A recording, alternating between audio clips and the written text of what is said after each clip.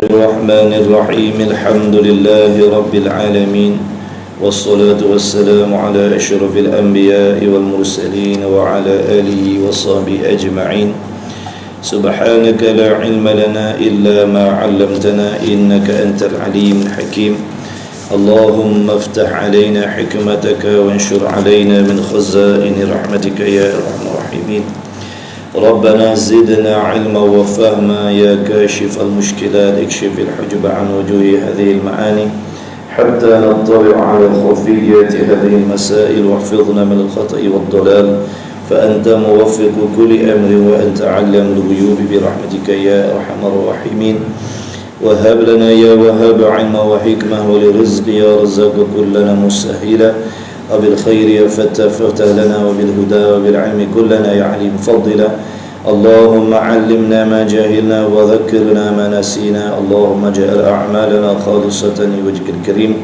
وصلى الله على سيدنا محمد وعلى آله وصحبه وبارك وسلم والحمد لله رب العالمين آمين يا رب العالمين أما بعد السلام عليكم ورحمة الله وبركاته Sedang hadirin hadirat yang dirahmati oleh Allah Subhanahu wa taala, syukur kita kehadirat Allah kerana memilih kita pada pagi ini dengan diberikan nikmat taufik untuk sama-sama kita menunaikan kewajipan yang diperintahkan oleh Allah. Mudah-mudahan kita tergolong di dalam golongan hamba-hambanya yang bersyukur.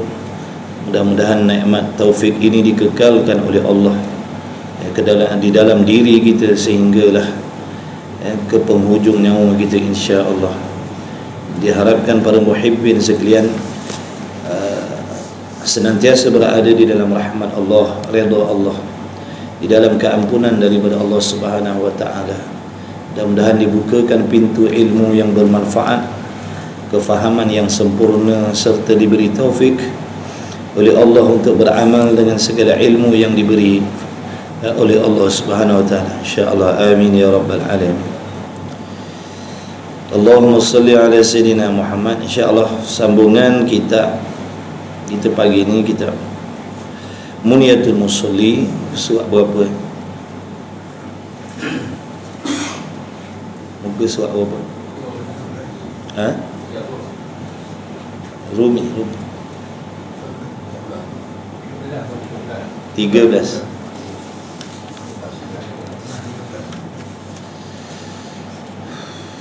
Syarat sah sembahyang ya? Sungguh? Ke mana?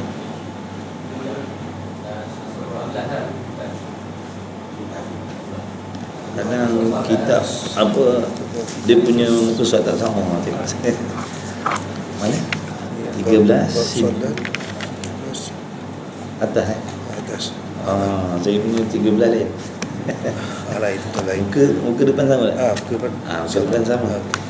Saya punya kitab ni 13 dah jauh dah. Saya buka surat 3. Sorry tak Ustaz. Dia last itu kat sini. 13 last itu kat sini. Makna 14 lah. 14. Kitab saya ni muka surat 4. Okey Ustaz insya-Allah. Kitab saya muka surat 4. Saya takkan lain-lain.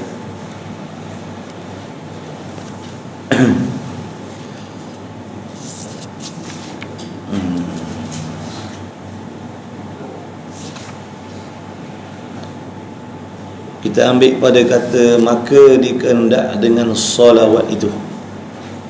Ambil situ. Jumpa tak? Maka dikehendak dengan solawat itu.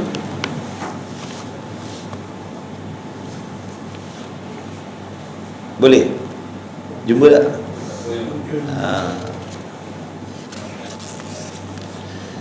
Baik, bismillahirrahmanirrahim.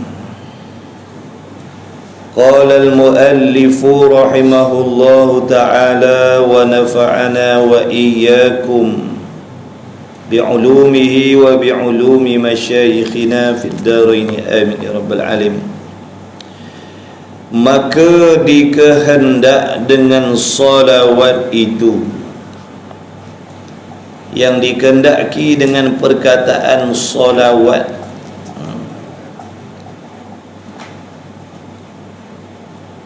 Iaitu sembahyang fardu yang 5 waktu. Jadi tak ada masalah kita nak panggil solat pun boleh, nak panggil sembahyang pun boleh. Sebab ada setengah orang kata tak boleh panggil sembahyang sebab sama macam Cina, dia kata. Kita orang Melayu panggil sembahyang lah, bukan sembahyang yang kita maksudkan sembah tokong tu. Dia kata panggil solat, jangan panggil sembahyang. Orang Arab boleh panggil solat, kita bukan orang Arab, orang Melayu makan petai dah. Sembahyang lah. Bukan maksud sembahyang itu sembahyang yang dilakukan oleh orang bukan Islam tu, bukan. Sembahyang yang kita maksudkan tu yang dimulakan dengan takbir, yang disudahi dengan salam. Tu bukan makna pakai colok tu. Macam-macam tu pun boleh jadi gaduh juga. Tak ngaji, itulah dia. Maka dikehendaki dengan solawat itu, iaitu sembahyang fardu yang 5 waktu. Sebab dulu kata musannif, ja'alana Allah wa iyyakum minal muhafizin 'ala as-salah. Mudah-mudahan Allah Ta'ala menjadikan kita semua ni daripada orang yang memelihara akan sembahyang. Jadi maksud sembahyang di situ adalah sembahyang 5 waktu, sembahyang fardu. Sembahyang fardu 5 waktu, sembahyang maktubah. Iaitu sembahyang fardu yang 5 waktu, iaitu sembahyang fardu zuhur. Ada orang tak tahu nama-nama sembahyang ni, jangan main-main. Pada kita ni alhamdulillah lah, sebab dah selalu buat. Biarlah buat dengan paksa pun. Biarlah buat pun dengan paksa. Setidak-tidaknya kita tahu dah sembahyang tu ada 5 waktu. Namanya zuhur, asar, maghrib, isyak, subuh. Ada di kalangan muslimin mukminin yang tak tahu lagi nama-nama sembahyang. Tengok betapa jauhnya dengan agama. Muslim bukan kufur, Muslim, orang Islam. Tapi tak tahu 5 waktu sembahyang tu apa nama, tak tahu. Jangan kita ingat tak ada orang yang macam tu. Ada manusia yang Muslim yang tak tahu nama-nama fardu sembahyang 5 waktu. Kerana jauh daripada agama, jauh. Tak ada dalam dirinya, tidak ada kepentingan untuk mengambil tahu tentang apa yang disuruh oleh Allah, apa yang dilarang oleh Allah. Lepas kita ni bersyukur Allah Ta'ala pilih kita lahir di kalangan ibu bapa yang solat, kawan-kawan kita solat, duduk di kalangan orang baik-baik, alhamdulillah. Ada di kalangan manusia yang jauh daripada itu. Allah Ta'ala kehendak tentukan kehidupan mereka macam tu. Sebab tu dalam nak berdakwah ni kita kena faham, jangan terus mencela, jangan terus menghina. Kadang-kadang ada mereka yang memang jauh daripada agama, ibu bapanya, suasana keliling dia memang begitu. Kita ni alhamdulillah Allah Ta'ala kehendak duduk di kalangan orang semayang. Kalau lahir-lahir kita duduk di kalangan orang tak semayang, mak bapak tak semayang, macam mana? Kita pun tak tahu. Sebab tu jangan sombong. Jangan sombong apabila kita ni dipilih oleh Allah, diberi taufik beri semayang, jangan sombong. Kena doa kan saudara-saudara kita seagama itu, yang jauh daripada agama itu, mudah-mudahan diberi petunjuk oleh Allah Subhanahu Wa Taala. Bukan mengejek, bukan menghina, bukan mencela.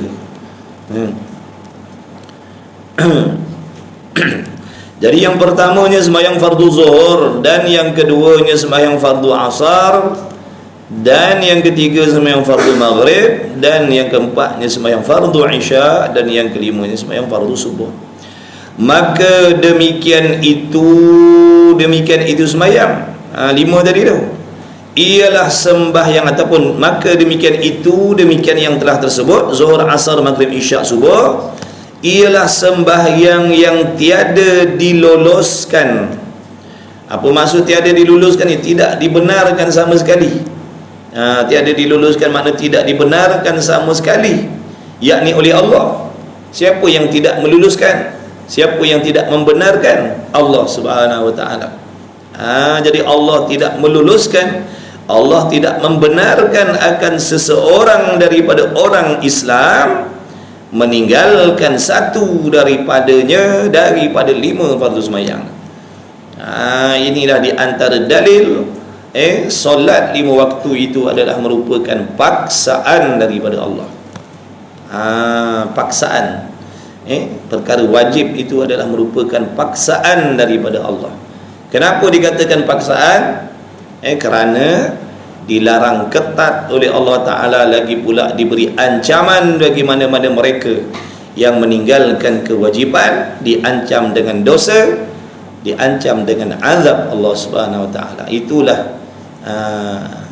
dalil yang menunjukkan apabila perkara itu diwajibkan oleh Allah, menunjukkan perkara itu dipaksa oleh Allah atas diri kita. Mahu tak mahu kita kena buat lah. Mahu tak mahu, suka ataupun tidak, ikhlas ataupun tidak, kena buat. Perkara wajib ni, membuat perkara yang wajib ni tak nanti ikhlas, kena buat walaupun tidak ikhlas. Jangan tunggu ikhlas baru nak buat. Ramai orang tinggalkan solat, ramai orang tinggalkan belajar fardu ain dengan alasan tidak ikhlas nak belajar. Apa faedahnya saya datang ke surau kalau saya tak ikhlas? Apa faedahnya saya solat 5 waktu kalau saya tak ikhlas? Apa faedahnya saya datang belajar agama kalau saya tak ikhlas? Sekali macam betul, sekali dengar macam betul, rupanya salah. Perkara yang wajib ni tak nanti ikhlas. Riak pun kena buat. Bila kita sedar amalan yang kita buat tadi ada riak dalam hati, wajib bertaubat kepada Allah. Wajib taubat kepada Allah. Itu cara dia. Contohnya kita sembahyang fardu subuh, kita riak dalam solat kita, menunjuk-nunjuk, ataupun riak ni maksudnya mengharapkan puji-pujian di dalam hati orang yang melihat, orang yang mendengar, orang yang mengetahui tentang amal yang kita buat. Itu namanya riya, amalan hati. Dia berbeza dengan sum'ah, pun maksiat hati juga. Riya pun maksiat hati, dosa besar riya ni. Jangan kita ingat riya ni dosa kecil. Riya ni dosa besar. Allah tak ampunkan dosa riya ni melainkan dengan bertaubat. Dosa riya tak gugur mengikut wuduk kita. Dengan kita melangkah kaki ke surau masjid, solat berjamaah, pergi majlis ilmu, tidak menggugurkan dosa-dosa besar. Dosa-dosa besar hanya gugur dengan bertaubat yang mengikut syarat dan rukun. Kena faham masalah taubat ni. Dosa besar je boleh gugur dengan taubat. Dengan kita ambil wuduk, bersedekah, melangkah kaki ke masjid surau, tidak menggugurkan dosa-dosa besar. Dosa besar wajib bertaubat mengikut syarat dan rukun. Kena belajar bab taubat sana. Kena belajar bab taubat sana. Jadi riak ni mengharapkan puji-pujian di dalam hati orang.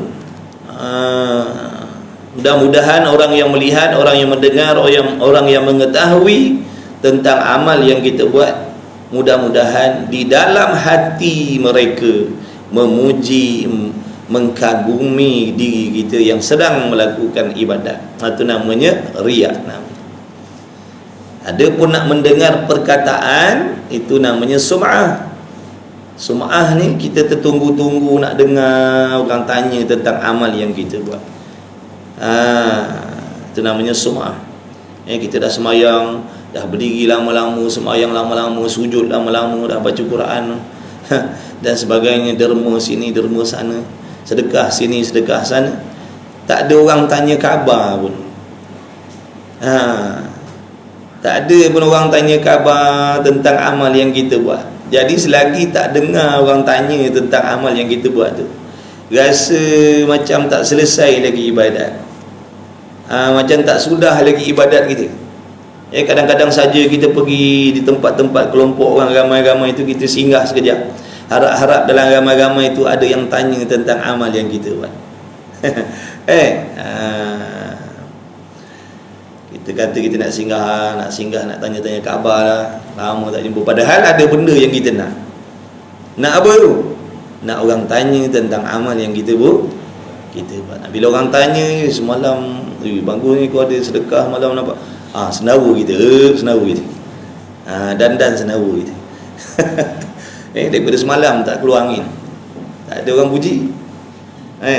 Bila orang tanya kau, semalam dengar cerita kau ada bagi derma kat situ, bau gitu, bau puas lah, makna baru sampai matlamat.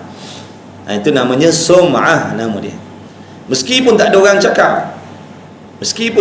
cakap, tapi kita yang mengharapkan nak dengar orang tanya tentang amalan kita.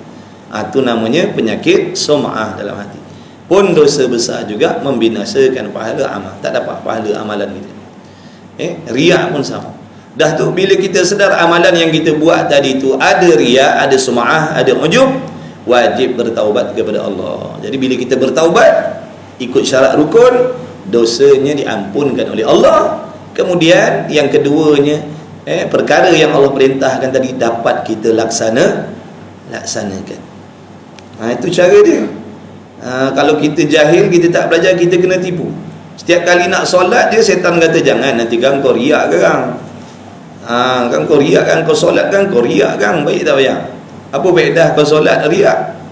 Kita pun tak ya juga, kita pun tak solat. Kan asal nak solat, dia bisik lagi, kan kau riak kan, tinggal lagi asal. Nampak tak permainan syaitan tadi tu? Sebab tu syaitan ni, setan ni, dia sangat suka dengan orang yang tak nak mengaji agama. Syaitan sangat suka dengan orang yang tak nak mengaji agama. Sebab apa? Mudah dipermain-mainkan. Orang jahil ditipu dengan cara orang jahil, orang ada ilmu ditipu dengan cara orang ada ilmu, orang yang beribadat ditipu dengan cara orang beribadat. Jadi pendek katanya, ala kulli halim, kok mana-mana pun kita ni kena sentiasa berwaspada. Kerana tipu daya syaitan nafsu tu sentiasa ada di dalam diri kita, meskipun kita sedang melakukan ibadat. Dalam ibadat tu sendiri ada tipu daya syaitan. Sekarang ni ada tipu daya syaitan dalam hati kita. Kalau kita tak ada ilmu, nak tolak, nak sepak, habislah kita. Jadi ibadat ni bukan satu benda mudah.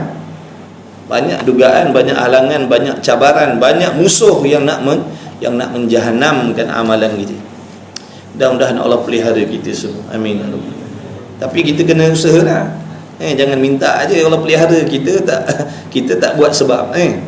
Nak Allah Ta'ala pelihara amalan kita, nak Allah Ta'ala terima amalan kita, tapi kita tak buat sebab. Kita duduk goyang kaki, peluk tubuh, tak nak mengaji, tak nak belajar. Itu tak jadi tu. Itu namanya orang yang berkhayal amalannya diterima oleh Allah. Kita jangan jadi orang yang berkhayal. Kita hendaklah menjadi orang yang berharap kepada Allah, amalan kita diterima oleh Allah.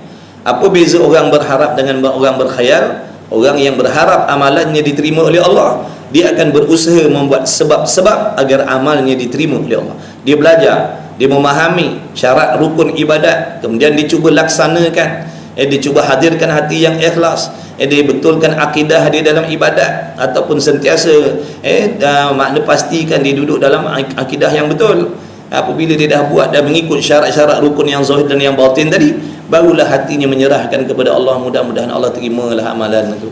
Itu baru panggil harap. Ini waktu lepas maghrib tu imam ada bagi tahu, lepas solat berjamaah, solat jemaah ada 5 saf.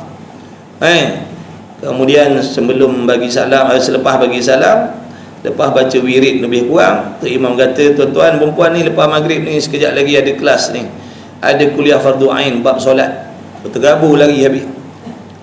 Daripada 5 saf tadi tinggal 5 orang. Ni berlaku mana-mana, surau masjid berlaku ni tuan-tuan.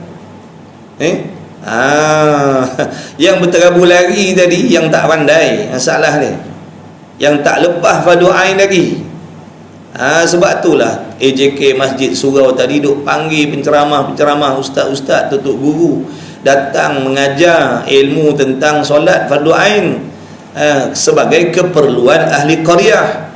Jadi ahli qaryah tak payah nak kena pergi Azhar, tak payah nak kena pergi Mesir, tak payah nak pergi ngaji pondok di Kelantan, di Terengganu, kat Kerubung pun boleh ngaji. Taman apa namanya ni? Kerubung Jaya. Tak payah nak pergi Kelantan, Pasir Mas, tak payah. Kat Kerubung Jaya ni pun boleh belajar bab solat.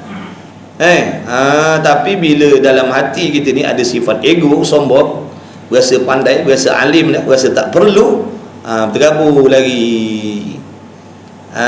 Padahal tu guru tu nak ngajar ilmu fardu ain. Ilmu tentang solat ni ilmu fardu ain, bukan fardu kifayah. Kita tak boleh nak beza, kita tak tahu nak beza ilmu fardu ain bagaimana, ilmu fardu kifayah bagaimana. Ini pun satu masalah. Tak tahu ilmu fardu ain tu apa, ilmu fardu kifayah tu apa. Tak tahu nak beza. Tu pun satu masalah agak tu.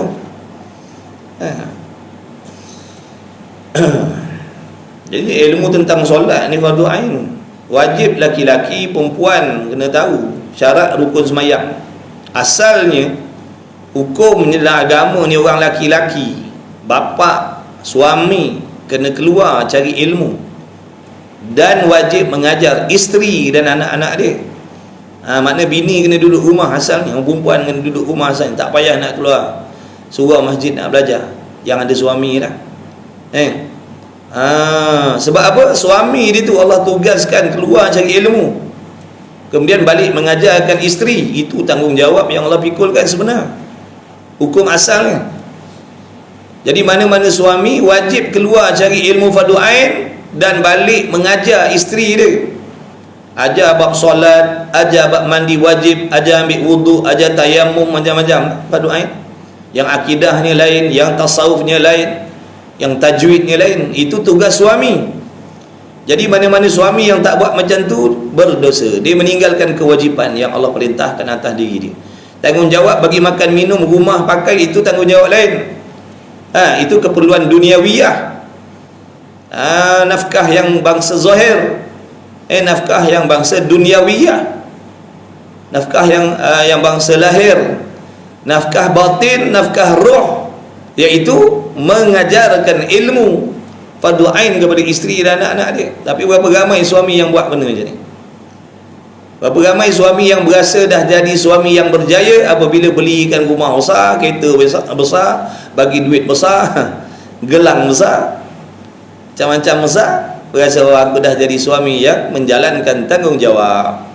Anak bini aku duduk dalam selesa dah, tak minta-minta duit orang, tak minta-minta sedekah, pakaian okey dah, sempurna, selesa, kereta selesa dah. Rupa-rupanya dia suami yang belum menjalankan tanggungjawab dengan sempurna seperti yang disuruh oleh Allah. Jaga baik-baik, jangan perasan sengih-sengih gitu. Sengih, aku ni kalau Allah Ta'ala nak ambil nyawa pun ambil lah. Selesai dah jalankan tanggungjawab pada anak bini aku, alhamdulillah, bagi rumah dah, belanja bulan-bulan, duit simpanan lebih kurang sikit. Kira ni kalau nak cabut nyawa ni husnul khatimah dah ni. Sebab apa kita rasa macam tu? Sebab kita jahil. Kita tak tahu tuntutan Allah atas diri kita, kita tak tahu. Sebab jahil, jauhkan diri daripada ilmu. Kalau kita duduk dalam majlis ilmu selalu, duduk dalam kuliah, insya-Allah kita akan dengar benda ni. Tapi oleh kerana kita tak memandang penting dengan ilmu agama ni, itulah jadi. Ini yang Imam Ghazali kata ni, terlalu seronok dengan nikmat iman Islam sehingga tak ambil peduli tentang agama. Mentang-mentanglah lahir sebagai orang Islam, tak nak peduli. Nak belajar agama tak peduli. Buat apa nak belajar? Aku bukan orang kafir, aku bukan mu'allaf. Buat apa nak belajar? Tu sombong mempanggil. Akhirnya kesombongan tadi makan diri sendiri. Sebab tu mujur kita bila Allah pilih belajar, Alhamdulillah, tanda Allah sayang, tanda Allah nak selamatkan kita, tanda Allah nak selamatkan anak bini kita. Maknanya kita tahu apa yang patut kita buat dan apa yang patut kita tinggalkan. Tu. yang kita minta dalam semayang tu, minta taufik, minta hidayah, minta petunjuk. Inilah dia petunjuknya. Di antara cara Allah Ta'ala bagi petunjuk tu dengan hadir majlis ilmu. Dalam majlis ilmu itulah Allah akan sampaikan benda-benda penting supaya kita tahu, oh rupanya aku belum jalankan tanggungjawab lagi rupanya. Oh ingatkan dah bagi rumah, dah bagi kereta, dah bagi belanja, dah jalankan tanggungjawab sebagai suami. Maknanya dah jadi suami adil, rupanya belum lagi. Walaupun bininya satu, dia bukan suami yang adil.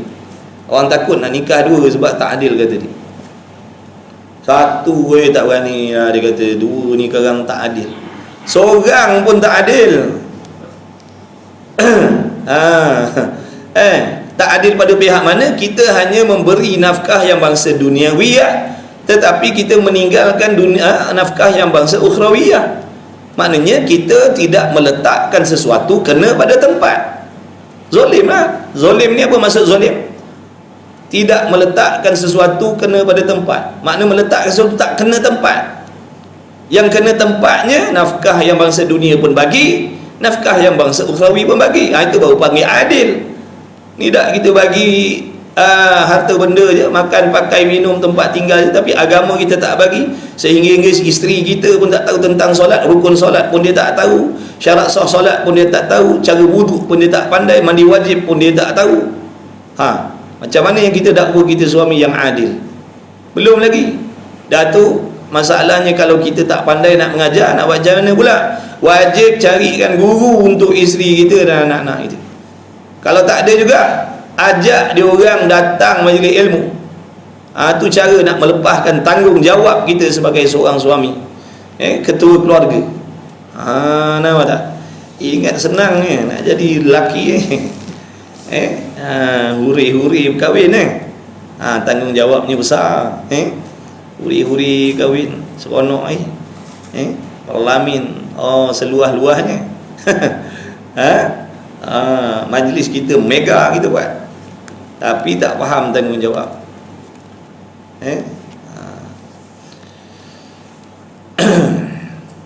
Besar tanggungjawab.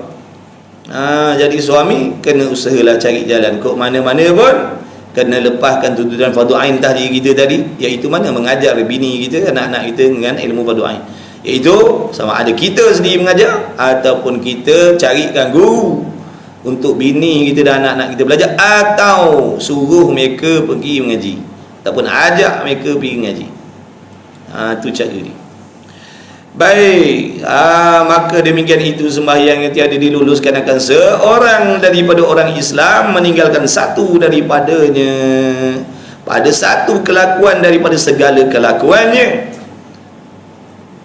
Makna dalam apa juga keadaan, dalam apa juga kelakuan, tak boleh tinggalkan solat 5 waktu ni. Apa juga, kalau atas pokok lah, kalau atas udara lah, kalau dalam laut lah. Jadi kalau dalam hutan lah, kalau perang lah. Makna kena solat. Kalau dalam jam lah, atas motor lah, kena solat. Macam mana nak solat? Itulah suruh belajar. Macam mana nak solat atas motor? Macam mana nak solat atas unta? Macam mana nak solat dalam kereta? Macam mana? Wuduk tak ada ni, pakaian kotor ni, macam mana nak solat? Nampak tak? Kena solat meskipun pakaiannya kotor, ada najis contohnya. Kena solat ke mana-mana pun. Macam mana caranya? Kena ngaji. Kena ngaji. Ngaji betul-betul lah. Ngaji kena ada kitab, berkitab, bertalaqi. Jangan main celup-celup. Yang rasa penting kita tanya lebih kurang, lepas tu kita tak datang dah. Nak lepaskan diri je. Apa tukang terdesak, datang balik, cari balik, tanya balik, apa macam mana nak buat, lepas tu hilang balik. Macam-macam jenis passion mengaji ni. Mengaji kena sungguh-sungguh, istiqamah. Kita cari duit kan istiqamah, daripada Isnin sampai Jumaat. Mana ada kerja sehari datang sehari, tidak. Istiqamah kita kerja, hujan ribut pun kita pergi. Kereta tak ada, tumpang kawan.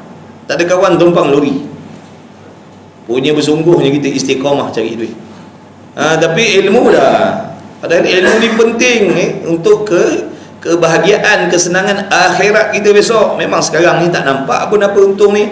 Abang-abang, kakak-kakak, ayah-ayah, ibu-ibu Pakcik-pakcik yang datang ni duduk sakit lutut, sakit tumit, sakit pinggang, ngantuk sebagainya, memang tak nampak apa. Di akhirat ni Allah Ta'ala tak bagi sekarang, besok. Sebab tu kita pandang ala apa sangat kalau belajar, bukan ada untung apa pun. Allah, mudah-mudahan Allah bagi taufik itu semua. Amin ya rabbal alamin. Kita kena ingatkan anak-anak kita, ajak mengaji. Anak menantu kita kena pesan, kau ada mengaji tak? Kau ada ikut kuliah tak? Sebab anak kita kat dia, anak kita tu kat amanah. Jangan kita lepaskan anak kita tu kepada orang yang tak nak jaga agama, tak suka agama, tak suka ilmu. Jangan. Belas tahun dia duduk dengan kita, kita jaga semayang dia, kita jaga agama dia. Tiba-tiba lepaskan pada seorang lelaki-lelaki tadi, tiba-tiba dia tak peduli tentang semayang bang anak kita. Naya anak kita. Walaupun kita tak ada kuasa atas anak kita, tapi kita masih lagi boleh bagi nasihat. Bagi nasihat.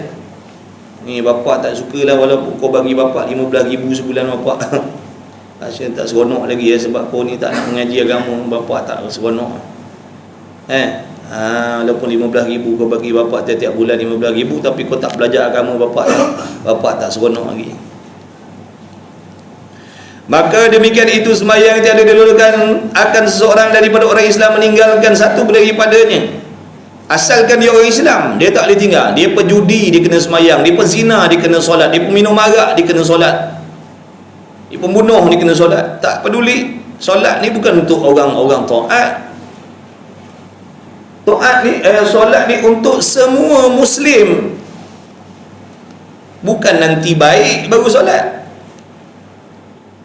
Nantilah dah baik besok baru solat. Dah baik nanti baru solat. Siapa kata dah baik nanti baru solat? Tak baik, baik kena solat. Tak peduli. Tak peduli siapa kita, rambut biru, rambut kuning, mata biru, mata hijau, seluar pendek, skirt ketat, baju ketat, kena solat. Tu satu tu salah faham.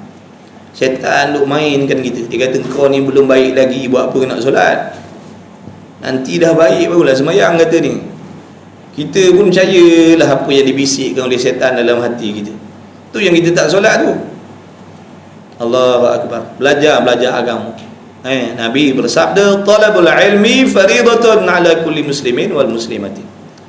Wajib menuntut ilmu atas tiap-tiap laki-laki perempuan yang muslim. Daripada ilmu tu nantilah dia tahu apa yang perlu dia buat, bagaimana tipu daya syaitan, dia akan tahu bila dia belajar. Tak hari-hari kita kena tipu, kena permain-mainkan aja oleh nafsu kita sendiri, oleh syaitan. Kita yang rugi besok, balik amalan tak ada, tak diterima oleh Allah. Jadi mari belajar, mari mengaji. Siapa pun kita ni, kita pun kena ada tugas kita. Ajak kawan-kawan kita belajar, dakwah, ajak, panggil kawan-kawan kita belajar. Jangan putus asa mengajak, ajak aje. Dia terkesan tak terkesan itu urusan Allah, bukan urusan kita. Urusan kita berdakwah, menyampaikan, mengiklankan, mengajak. Marilah belajar, jomlah. Dia tak nak, tak apa, kita dapat pahala setiap kali kita mengajak orang belajar, mengaji, semayang. Walaupun dia tak mengaji, dia tak nak semayang, dia tak nak ikut apa yang kita ajak tadi, tetap kita diberi pahala oleh Allah kalau kita ikhlas dia mengajak tadi. Jadi pada satu kelakuan daripada segala kelakuannya, kok mana-mana pun kena semayang. Jadi kalau kita belajar dalam kitab fiqh, nanti dia ajarlah cara semayang atas kenderaan, cara semayang atas kereta api, cara semayang atas sampan, cara semayang waktu ketakutan, semua ada dalam kitab fiqh tu. Ngaji je lah. Ni saya sentuh secara ringkas, nak buka minda tu. Selama ada ia berakal, nampak tu, selagi dia waras, dia tak boleh meninggalkan solat. Selagi dia waras, makna dia boleh beza mana baik, mana buruk, mana bersih, mana kotor, mana suci, mana najis. Dia tak boleh tinggalkan solat. Walaupun mata dia tak boleh nak buka, anggota ni tak boleh nak bergerak dah. Dia wajib solat. Sehingga dia kena solat, melakukan perbuatan solat di dalam hatinya. Macam tu sekali. Terlantar, mata tak boleh buka, tangan kaki tak boleh bergerak dah, habis lumpuh dah, tapi berakal lagi. Wajib anak-anak dia beritahu, bapa, Zuhur masuk anak dia pun ambilkan dia wudu. Dia pun solat, melakukan solat dalam hati dia. Nak cakap tak boleh lah, kena solat juga. Hebatlah ya, kalau peringkat macam tu solat, kita melompat tak boleh solat. Kita boleh melompat belakang tak solat. Kalau dah sampai terbaring macam tu solat, hebatlah iman dia tu. Nak cerita tadi tu, ada orang yang macam tu, terlantar pergi solat. Jadi waktu sihat ni lah, kita nak belajar cara-cara solat waktu sakit macam mana. Kalau dah pengsan dah lumpuh macam tu, nak mengaji Muniyatul Musalli apa kejadah? Dah lumpuh pun nak pergi mengaji. Waktu tak lumpuh ni mengaji, waktu tak patah-patah ni mengaji, waktu tak kena bersimen ni mengaji. Dia dah kena bersimen satu badan. Assalamualaikum Ustaz. Faham? Dengar insiden baru ni? Lah. Ni nak tanya ni. Macam mana Ustaz nak solat dia? Saya ni kena simen satu badan ni. Ni pun handphone orang tolong pegang kan. Macam mana? Nak ambil wuduk macam mana Ustaz? Itulah.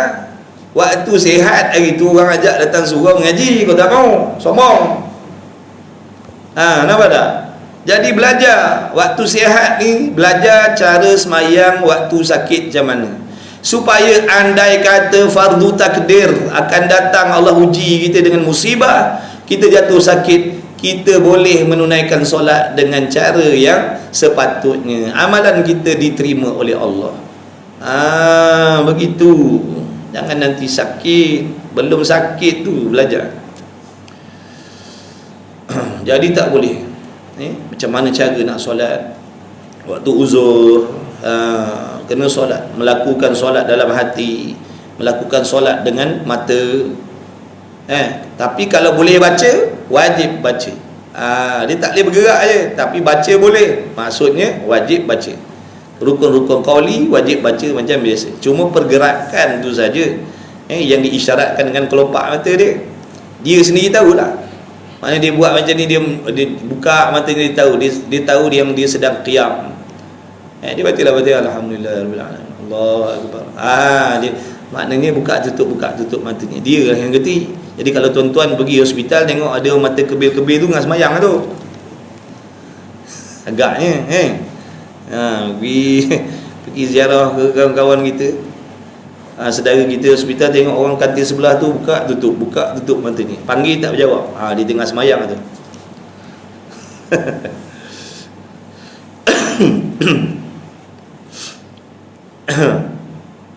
Macam tu semayang,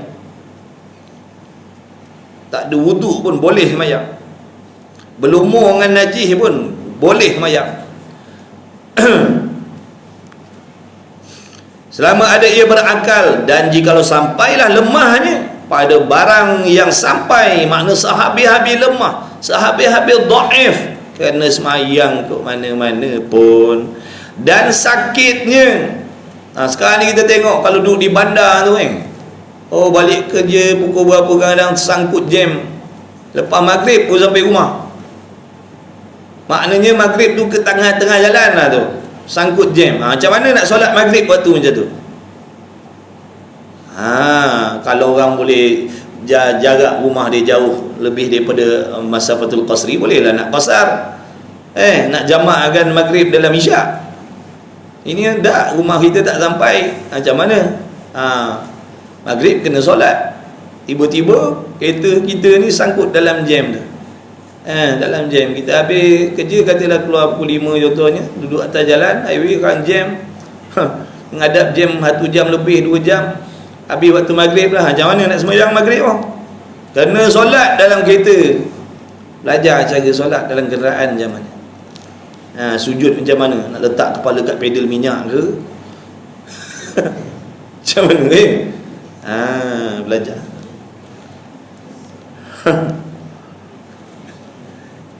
Dan segi sakitnya kepada sangka-sangka sampainya sekalipun tiada diuzurkan meninggalkan dia.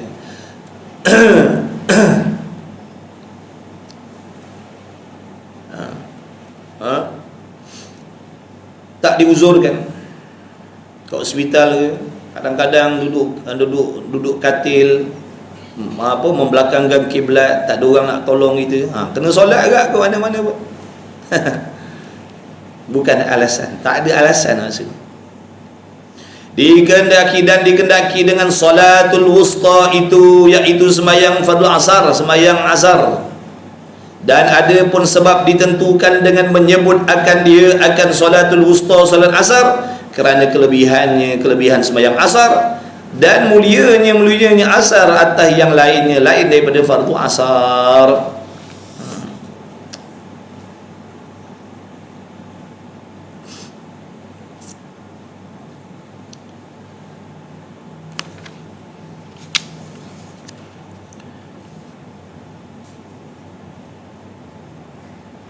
Dan adalah sebab diturunkan ayat ini. Betul tak? Kan dia tinggal. Kalau tertinggal begitu, betul takut ada ayat tertinggal ke. Kena kira kitab cetak-cetak ni kadang tinggal. Dan adalah sebab diturunkan ayat ini kerana memudahkan sembahyang tatkala takut. Maknanya berlaku pada satu peristiwa sewaktu Nabi SAW tu nak diserang oleh orang kafir musyrik. Bahwasanya adalah orang Islam serta Rasulullah sallallahu alaihi wasallam pada setengah daripada peperangan. Makna di dalam satu peperangan Nabi SAW waktu zuhur Nabi semayang bersama dengan sahabat radhiyallahu ta'ala. Tapi Nabi solat seperti mana cara yang beradat lah, semayang macam biasa. Macam kita semayang maghrib, isyak, subuh berjemaah tu. Tu imam qiyam, yang lain qiyam. Tu imam rukuk, yang lain semua rukuk. Tak boleh berpisah, tak boleh berjauhan dengan imam. Ketinggalan dua rukun fi'li. Kalau tertinggal dua rukun fi'li dengan sengaja, batal semayang. Tu kalau semayang biasa. Maknanya kena ikut imam lah. Kena ikut imam.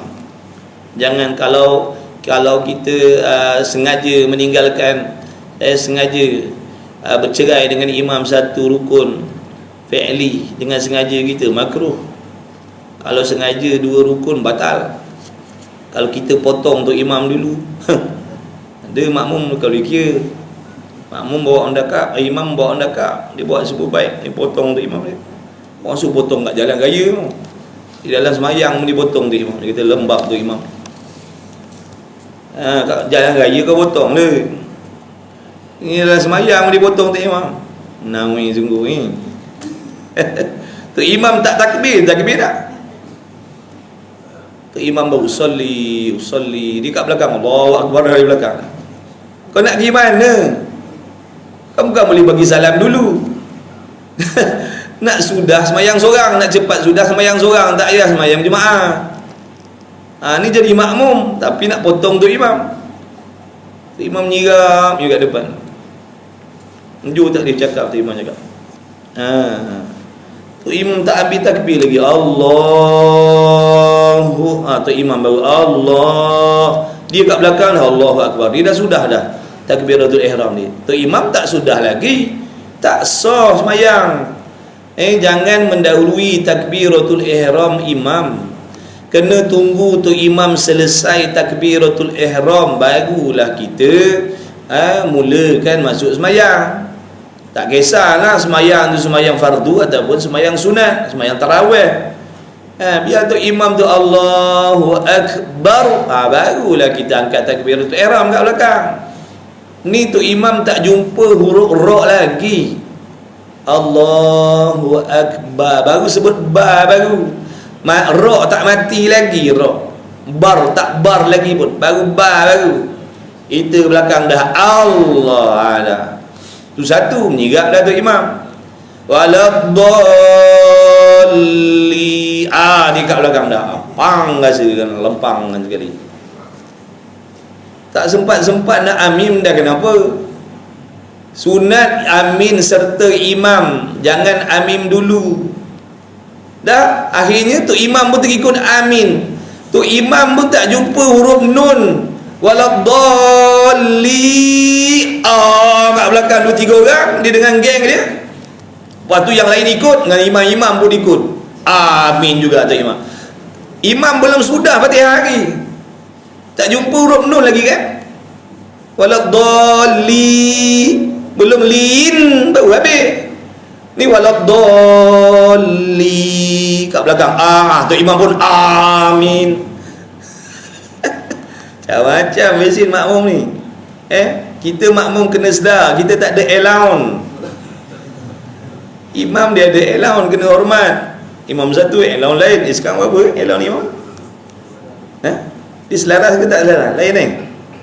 Selaras? Kampung ke bandar ke selaras? Ya. Masjid negeri sama dengan imam kampung.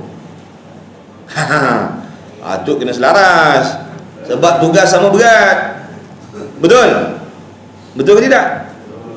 Betul, kena selaras. Imam ke, tak kisah kampung ke, peringkat negara ke, sama, buat tugas yang digalas tu sama berat.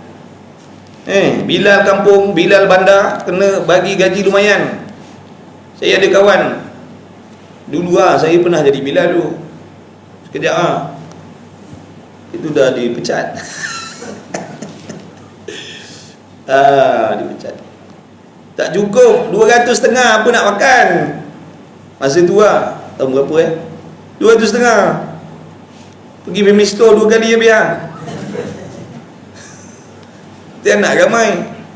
Tuang minyak kita tu cukup. Sebab tu berlaku selalu Bilal tak azan. Sebab apa? Bilal pergi mancing, casting ikan guan nak jual.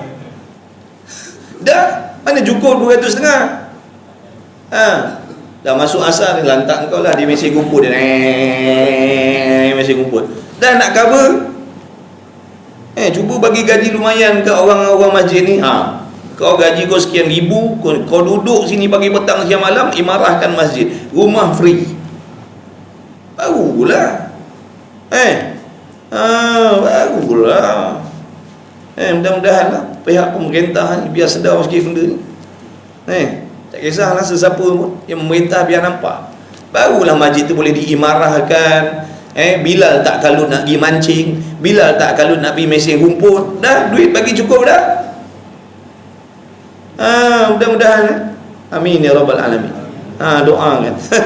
Sungguh itu cerita pengalaman kita. Mana cukup?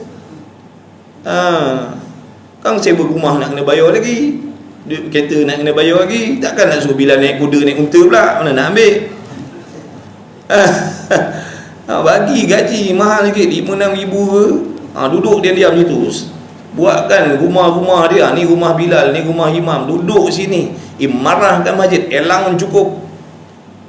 Ini mana tak azan. Tengok Bilal dalam rumah je tu, mancing ikan guan nak jual. Lepas tu dia orang bising, kenapa tak azan, kenapa tak azan. Ni jawapan dia, sebab allowance yang kau bagi tak cukup. Aku nak kena cari tambahan. Allah. Tu cerita dululah. Sekarang tak tahulah berapa allowance Bilal sekarang. Bilal sekarang berapa? 300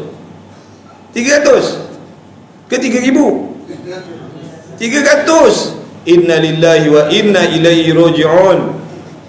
Atau 3,000.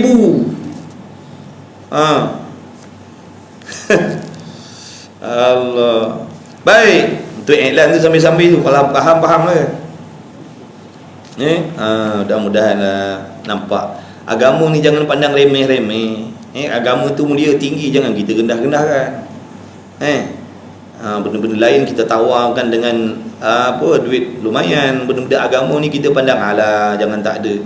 Jangan macam tu. Dan adalah sebab diturunkan ayat ini kerana memudahkan sembahyang tak kala takut. Bahawasanya adalah orang Islam serta Rasulullah sallallahu alaihi wasallam pada setengah peperangan sembahyang Rasulullah sallallahu alaihi wasallam, sembahyang fardu zuhur atas jalan adatnya. Belajar bab sembahyang tu. Bila kita melibatkan diri dengan solat berjamaah, tak kisah semayang jemaah tadi, semayang sunat, contoh semayang sunat Aidil Fitri, semayang sunat Aidil Adha, ataupun semayang sunat yang lain-lain itu berjamaah, ataupun semayang fardu berjamaah, sama ada berjamaah dengan bini kita, ataupun berjamaah di surau, di masjid, di pejabat, di padang, di mana pun, sudah tentu tak boleh lari daripada masalah masbuk dan muwafiq. Kita kena belajar bab masbuk muwafiq. Bila solat berjamaah, mesti makmum mesti akan jadi salah satu, sama ada dia jadi makmum masbuk ataupun makmum yang muwafiq. Imam tak ada imam masbuk. Ada imam masbuk kat kerubung? Ke imam muwafiq mana ada? Yang masbuk muwafiq ni makmum. Dia makmum ni dia ada berapa jenis? Ada berapa jenis makmum? Ada 3. Makmum muwafiq 1, makmum masbuk 2, makmum mabuk 3. Makmum mabuk tu yang ketiga, dia tak tahu, dia main melasah je. Tu makmum mabuk nama dia. Kalau muwafiq dia tahu, maknanya dia makmum yang mendapat masa membaca Fatihah sewaktu qiyam tu imam. Dia makmum muwafiq, maka dia wajib menghabiskan Fatihah, tidak dibenarkan ketinggalan daripada tu imam. Maknanya tidak dibenarkan ketinggalan 3 rukun yang panjang-panjang, dia kena habiskan Fatihah dia. Dia tak boleh rukuk. Kalau tu imam rukuk, dia tak boleh rukuk, dia wajib habiskan Fatihah, sebab dia makmum yang muwafiq. Kalau makmum masbuk, dia dibenarkan baca Fatihah sekadar dapat je. Kalau bismillah, bismillah lah. Yang lain tu imam tanggung.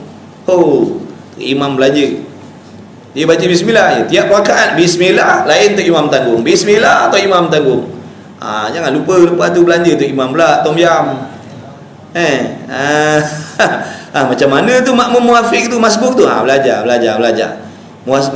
Masbuk tu macam mana? Makmum yang tidak mendapat waktu bacaan Fatihah pada pertengahan sewaktu tu imam sedang berdiri.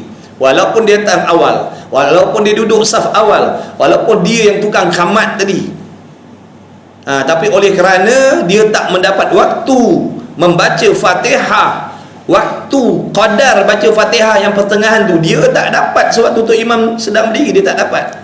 Contohnya dia tu imam takbir. Bila dia takbir je, dia sempat dengan tu imam dalam qiyam tadi, dia sempat 10 saat je, dia sempat 15 saat je. Lepas tu imam dah rukuk dah. Contohlah. Tu kita terangkan saya ringkas-ringkas dulu, nanti sampai bab dia masbuk muwafiq insya-Allah. Maka dia dipanggil makmum yang masbuk. Makmum masbuk tak wajib habiskan Fatihah. Wajib baca sekadar yang dapat saja. Yang lain ditanggung oleh imam. Jadi seronok sebab tu tu imam kadang-kadang dia laju kadang. Dia laju tu, jangan marah tu imam, kita yang tak erti. Apa tu imam laju now, saya baru sampai iyyaka na'budu dah rukuk dah.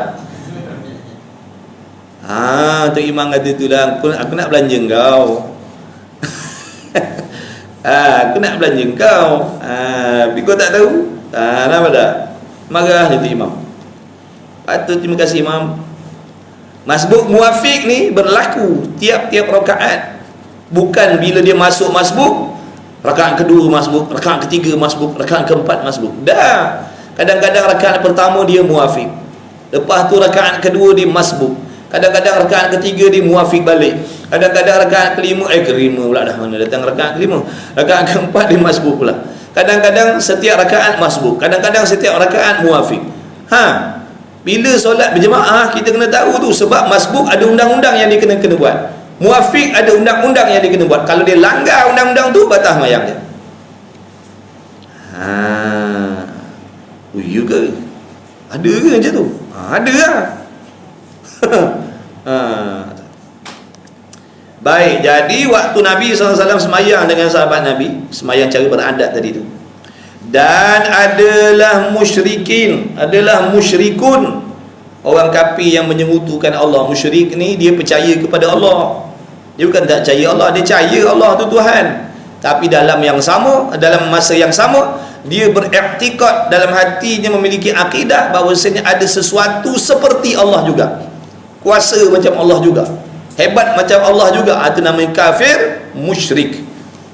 Kafir musyrik ni bukan orang Arab. Siapa-siapa yang menyekutukan Allah, dialah kafir musyrik. Tak kiralah Melayu ke tidak. Dia kata duit ni ada kuasa boleh memberi kesenangan dalam hidup. Dan duit ni juga boleh memudarat. Dia iktikad makhluk tadi ada kuasa memberi seperti Allah memberi. Maka dia panggil Melayu musyrik nama dia. Orang yang menyengutukan Allah, na'udzubillah. Belajar bab akidah pula. Ngaji akidah. Dia tahu apa beza musyrik dengan tak musyrik. Apa maksud musyrik? Adalah musyrikun hampir dengan mereka itu Nabi sallallahu alaihi wasallam beserta sahabat melihat ia akan muslimin. Jadi orang kafir musyrik dok tengok Nabi sallallahu alaihi wasallam beserta dengan sahabat sembahyang fardu zuhur dengan jalan beradat. Nabi rukuk, sahabat rukuk, Nabi sujud, semua sujud. Maknanya maka tatkala selesai mereka itu Nabi sallallahu alaihi wasallam sembahyang, kata setengah daripada musyrikin, jikalau kamu kerempak, yakni kalau kamu menyerang serentak, kalau kau serbu Muhammad tu dengan dia punya sahabat tu waktu di sembahyang tadi tu, kalau kau orang pergi serbu atau mereka itu, padahal mereka itu di dalam sembahyang mereka itu, nescaya mengena kamu akan mereka itu, maknanya kau akan menang. Kalau waktu Muhammad sallallahu alaihi wasallam tu sedang sembahyang dengan dia punya sahabat tadi, waktu di sembahyang tu, waktu dia rukuk sujud tu, kalau kau pergi serang dia orang, maknanya kau akan menang lah. Bahkan sujud mana nak nampak, Nabi sujud, semua kena sujud. Maknanya waktu tu boleh datang serang lah. Orang tak nampak. Katanya salah seorang daripada orang musyrik yang ramai tadi. Dia kata kalau kau nak serang waktu dia semayang tu, mesti kau akan menang. Sebab tak ada yang nampak, tak ada yang perasan. Kau orang datang menyerang. Sebab semuanya tunduk, semuanya sujud. Maka berkata setengah yang lainnya bahawasanya bagi mereka itu kemudian daripada sembahyang ini terlebih kasih kepada mereka itu daripada bapa-bapa mereka itu dan daripada anak-anaknya, yakni dikendakinya mereka itu sembahyang asar. Kemudian salah seorang daripada orang kafir musyrik ni pula dia kata, makna lepas nikah kan, tadi dia dah selesai sembahyang tu, lepas nikah ada lagi sekali sembahyang asar. Maksudnya asar nanti kan, waktu asar nanti kan diorang ni ada sembahyang lagi satu sembahyang, yang mana sembahyang tu mereka lebih sayang, lebih kasih lagi daripada zuhur tadi tu. Maksudnya kalau nak buat macam mana yang diprogramkan tadi, nak menyerang waktu dia solat tu, nanti kan waktu asar kan boleh. Nampak tak? Jadi mereka orang kafir musyrik tadi ada perancangan nak menyerang Nabi SAW dan sahabat waktu sembahyang asar nanti.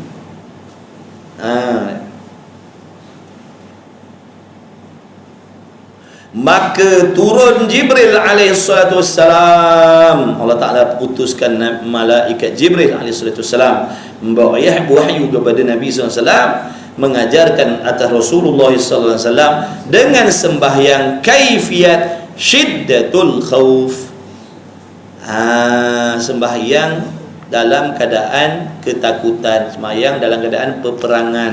Makna kaifiyat dia walaupun berjamaah tak sama seperti sembahyang adat tadi tu.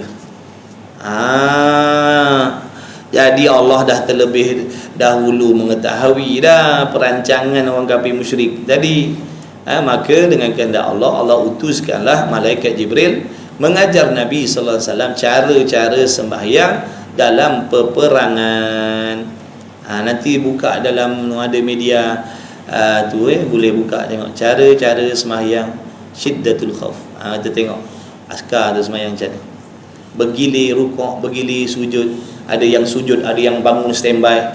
Dia tak semua tak semua sujud. Ada yang contohnya sah pertama ikut imam, sah kedua standby diri dengan senjata duk berhati awas lah. Maknanya mana orang kafir tak boleh datang sebab yang sah depan semuanya sujud rukuk ikut imam, sah kedua duk standby berdiri. Maknanya kalau musuh datang boleh nampak. Tu kaifiat sembahyang syiddatul khauf. Maka tilik olehmu betapa kelebihan sembahyang asar. Tu dalam perang pun sembahyang tak? Dalam perang pun sembahyang juga. Dalam senang lenang lagi lah, dalam senang lenang. Dalam perang pun sembahyang, dalam senang lenang apatah lagi. Maka tilik olehmu, renung olehmu, fikir olehmu dengan hati, dengan akal, betapa kelebihan sembahyang asar. Betapa hebatnya sembahyang asar ni, sehingga orang kafir musyrik betul Orang kafir musyrik pun tahu ada kelebihan sembahyang asar ni. Sembahyang asar ni lebih mulia lagi. Ada kemuliaan yang lebih hebat. Orang kafir musyrik pun tahu. Dan nyatanya hingga mengetahui segala musyrikin kelebihannya. Dan firman Allah Ta'ala apa? Habis. Jam ni betul ke? Betul? Dah nak pukul 8 lah. Kita mula tadi pukul berapa? 6.40 lah lebih kurang. Betul, 4.5 tadi ke 8 kita berhenti boleh? Sarapan apa? Tanya dulu. Kalau sedap kita berhenti cepat. Sekarang kita berhenti. Go. Pukul 8 kita berhenti dah sebulan 2 kali sini dah. Sebulan 2 kali kalau tiap minggu boleh baca cepat sikit. Ini sebulan 2 kali je sini. Tu kalau saya ponteng je sekali. Kalau tuan-tuan ponteng tak apa. Saya ponteng tak boleh. Ustaz, kenapa tak datang Ustaz? Kenapa tak datang Ustaz? Dia tak datang tak apa. Mana acinya tu? Tak aci lah. Ustaz tak datang dia bising. Dia tak datang dia senyap. Ustaz asal tak beritahu tak datang. Kau tak datang pun tak beritahu. Alah, lawak-lawak je tuan-tuan, ngantuk ni. Kemudian dan lagi firman Allah Ta'ala, munibina ilaihi wattaquhu wa aqimus salata wa la takunu minal musyrikin. Kembali kamu segala mukminin kepada Allah. Wahai sekalian mukminin, wahai sekalian orang yang beriman, laki-laki, perempuan, siapa pun, ahli taat, ahli maksiat, kita ni semua marilah kita kembali kepada Allah. Mari kembali kepada Allah. Ni akhir zaman dah ni, dunia dah nak kiamat dah.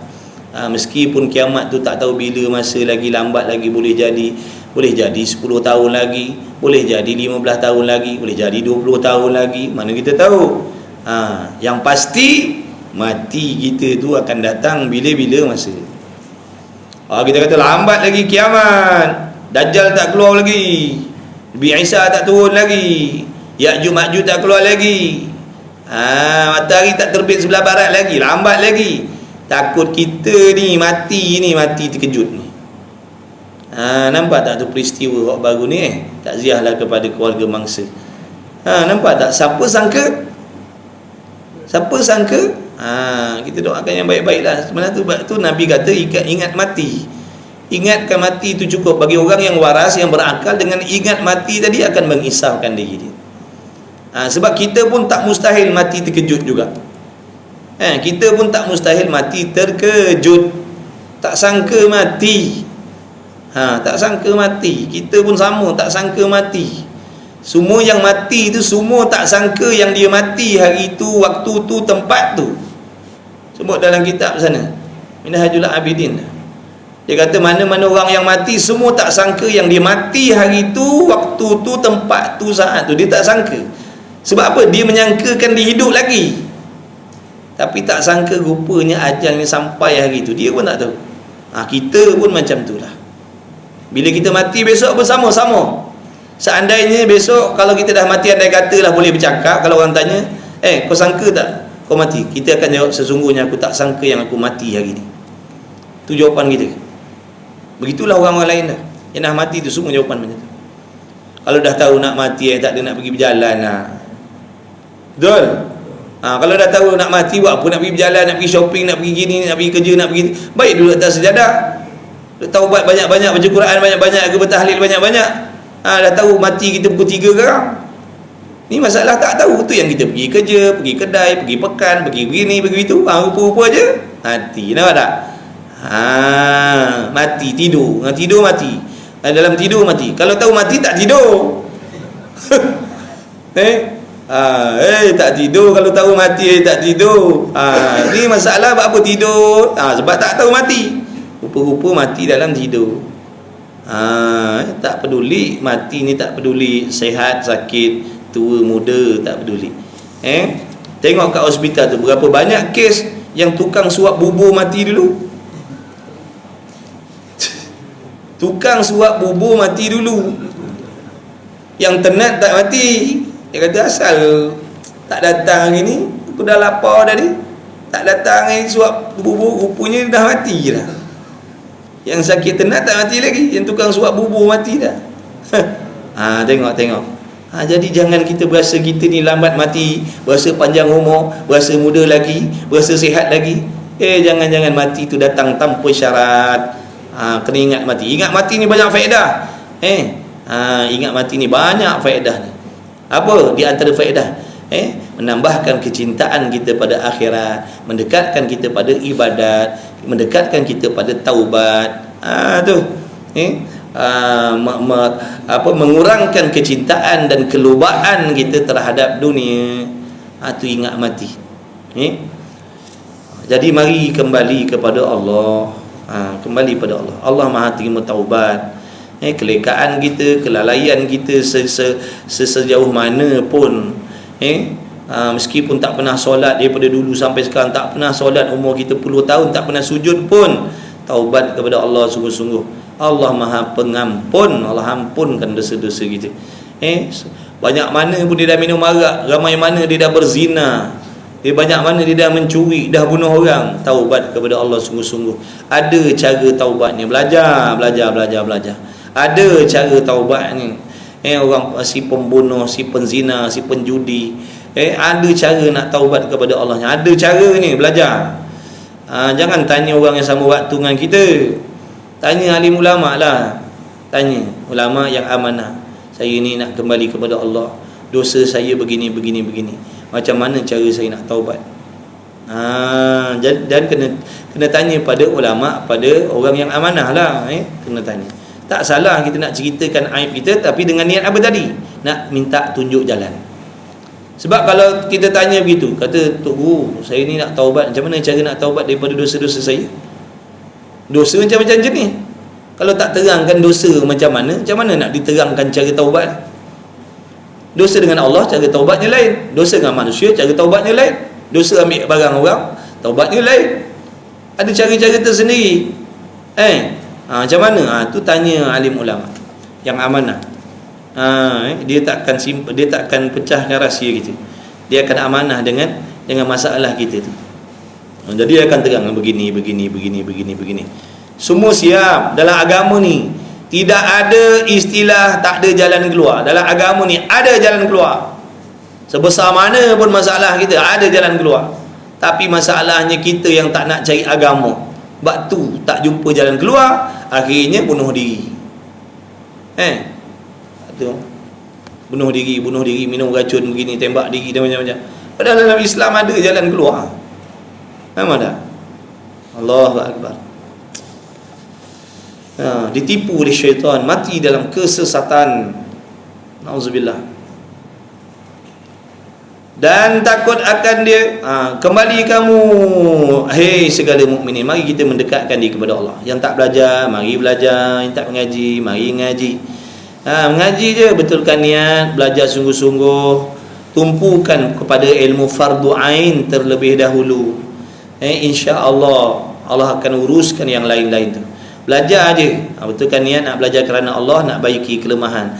Belajar je lah, istiqamah, buat jadual waktu yang tetap mengaji. InsyaAllah berkah daripada ilmu yang bermanfaat nanti. Lama kelamaan kita akan meninggalkan kemaksiatan tu, InsyaAllah. Harap dengan Allah. Jangan sangka jahat dengan Allah, sangka baik dengan Allah. Allah akan bagi dengan apa yang kita sangkakan. Kalau kita sangka buruk, maka buruklah yang kita dapat. Kalau kita sangka baik dengan Allah, baiklah yang kita dapat. Dan takut akan dia, akan Allah, dan dirikan oleh kamu akan sembahyang. Sembahyang ni, belajar sembahyang supaya dapat dirikan solat yang sebenar-benarnya, yang menempati syarat dan rukun zahir dan batinnya. Solat yang macam inilah nanti yang akan memberi faedah kepada diri kita. Kita akan meninggalkan benda-benda keji dan mungkar tu. Sebab tu siapa pun dia minum arak, dia kena sembahyang. Dia peminum arak, dia penzina, dia kena solat, dia kena cantikkan solat, dia kena pastikan solat dia tu betul seperti yang disuruh oleh Allah dan Rasul. Pasti dia akan meninggalkan zina dia akan tinggalkan arak, dia akan tinggalkan judi dia. Pasti, itu janji Allah. Kita ni tak tinggalkan dosa maksiat walaupun kita solat sebab apa? Sebab solat kita tak betul. Sebab solat kita tak sempurna. Solat kita sekadar solat. Sekadar buat. Sebab tu tak ada perubahan pada diri kita. Solat, tahajud, mengumpat pun buat. Senang hati, seronok mengumpat padahal tahajud. Solat berjemaah tak tinggal, berdengki pun buat. Kenapa jadi macam tu? Solat, lepas solat dedah aurat, tak kira lelaki perempuan. Nampak tak tu? Sebab apa? Solat tadi ada masalah. Nak tahu apa masalah solat? Datang belajar. Kita akan jumpa apa masalah dalam solat kita. Dan kita boleh baiki. Apabila solatnya berkualiti, insya-Allah dia akan dapat apa yang Allah janjikan. Cegah daripada keji mungkar zahir dan batin. Dengan sendiri insya-Allah nanti lama kelamaan dia berasa tak sedap dah nak buat benda tu. Dia rasa bersalah dah nak buat. Dia rasa berdosa dah nak buat. Tu nanti dia tinggal sebab dia dah rasa tak seronok dah. Kita ni ulang-ulang dosa sebab kita rasa seronok. Sebab maksiat ni ada seronok dia. Sebab tu di antara doa yang kita nak kena minta pada Allah, ya Allah kau tariklah rasa seronok buat maksiat. Ya Allah kau tariklah daripada dalam diri aku ni keseronokan buat maksiat. Sebab selagi aku rasa seronok buat maksiat ni, aku payah nak berhenti. Mengumpat ada seronok dia, berdengki ada seronok dia, berdendam ada seronok dia, dedah aurat ada seronok dia. Sebab tu kita nak tinggalkan payah, sebab ada rasa seronok tu. Kita akan mudah meninggalkan sesuatu apabila kita dah mula rasa tak seronok. Sebab tu minta pada Allah. Kita tak ada apa-apa tuan-tuan perempuan, minta pada Allah, ya Allah tarik rasa seronok buat maksiat, gantikan dengan seronok buat taat, ya Allah. Minta pada Allah, insya-Allah lambat cepat Allah akan bagi. Okey dah, nak sampai sini pukul 8 dah, tepat dah. Nanti jumpa lagi insya-Allah. Dan dirikan oleh kamu akan sembahyang, dan jangan ada kamu daripada orang yang musyrikin. Jangan jadikan diri kita tergolong dalam golongan orang yang menyengutukan Allah. Kena belajar pula menyengutukan Allah tu apa maksud. Ada berapa bahagian menyengutukan Allah. Jangan senang-senang mensyirikkan Allah. Jangan senang-senang menuduh orang mensyirikkan Allah. Jaga.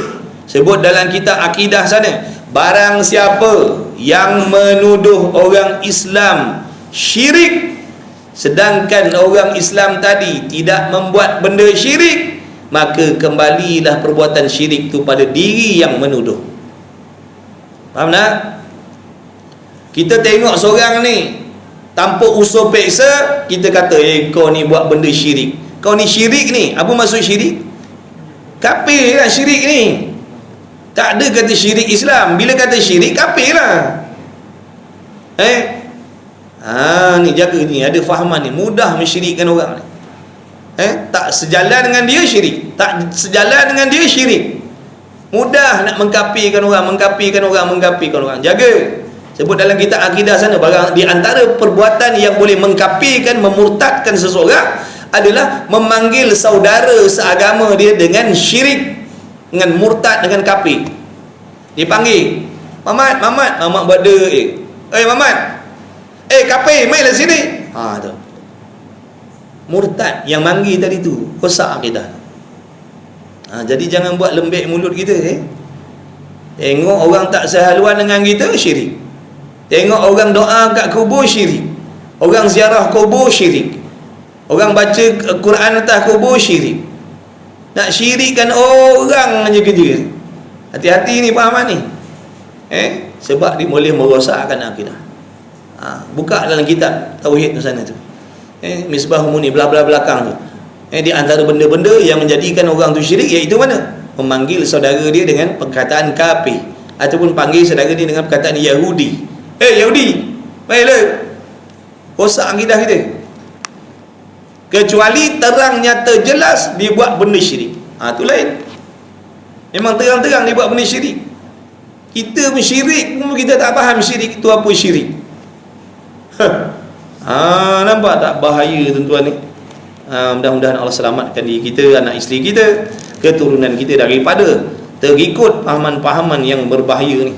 yang sesat lagi menyesatkan umat, yang menyebabkan umat jadi bergaduh berbalah. Allah sallallahu Muhammad, mudah-mudahan dengan berkat majlis ilmu kita pada pagi ini, mudah-mudahan Allah Ta'ala mengampunkan segala dosa-dosa kita, anak isteri kita, ibu bapa kita, adik-beradik kita, kawan-kawan kita, kenalan-kenalan kita. Mudah-mudahan sentiasa semuanya mendapat taufik hidayah, petunjuk daripada Allah Subhanahu Wa Taala, dipanjangkan umur, diberi umur yang berkah, diberi keluasan rezeki yang halal lagi berkah insya-Allah, diberikan kesihatan, keafiatan, agar dapat kita gunakan kesihatan ini untuk bersungguh-sungguh memperbaiki amalan kita di sisi Allah Subhanahu Wa Taala. InsyaAllah salah silap, kekurangan, kelemahan, tak terang, tak nyata, tak jelas dalam pengajaran, dalam pembelajaran, saya minta ampun maaf banyak-banyak. La haula wala quwata illa billahil aliyil azim. Jumpa lagi lah insyaAllah di masa-masa yang akan datang insyaAllah. Amin ya rabbal alamin. Bismillahirrahmanirrahim. Alhamdulillahirabbil alamin, wassalatu wassalamu ala rasulillah alaihi. Allahumma rabbana fa'na bima 'allamtana. Rabbana 'allimna alladhi ma yanfa'una. Rabbana faqih ahlana wa qarabat lana fi dinina ma'al qutri untha wa dhakar. Wa sallallahu ala sayyidina Muhammad wa ala alihi wa sahbihi wasallam. Alhamdulillahirabbil alamin. Taqabbalallahu minkum.